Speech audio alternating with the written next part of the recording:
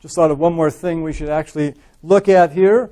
And so I want to do the example of what happens if, instead of escape pod here, what if Bob has a flashlight or laser beam and he shoots a beam of light out in front of him? So let's just quickly do that. In fact, you might want to turn off the video or pause the video here for a minute and just try that situation. In other words, u sub r, which has been the velocity of the escape pod, what if that was just a light beam, so at the velocity of light? So try that if you want, and we'll do it right now, actually.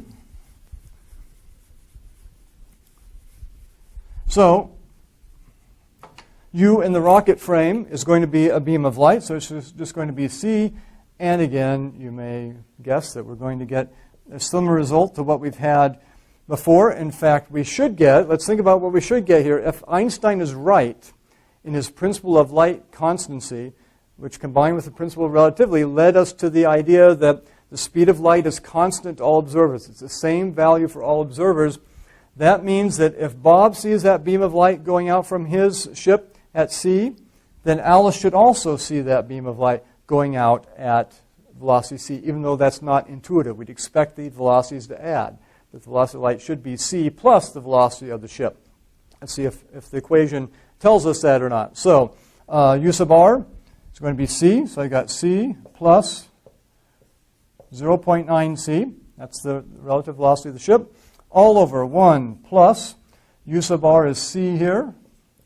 V is 0.9 c. All over c squared. Okay. So what have we got here? On the top, I've got c plus 0.9 c. That's 1.9 c, 1.9 times c. And on the bottom, look what happens. Okay, I've got a c here and a c here, so I've got c squared divided by c squared. Again, that cancels. And I've got 0.9 left. So I got 1 plus 0.9. And of course, that's 1.9. I've got 1.9c divided by 1.9. Just to make it clear, 1.9 times c divided by 1.9. And that, of course, is just c.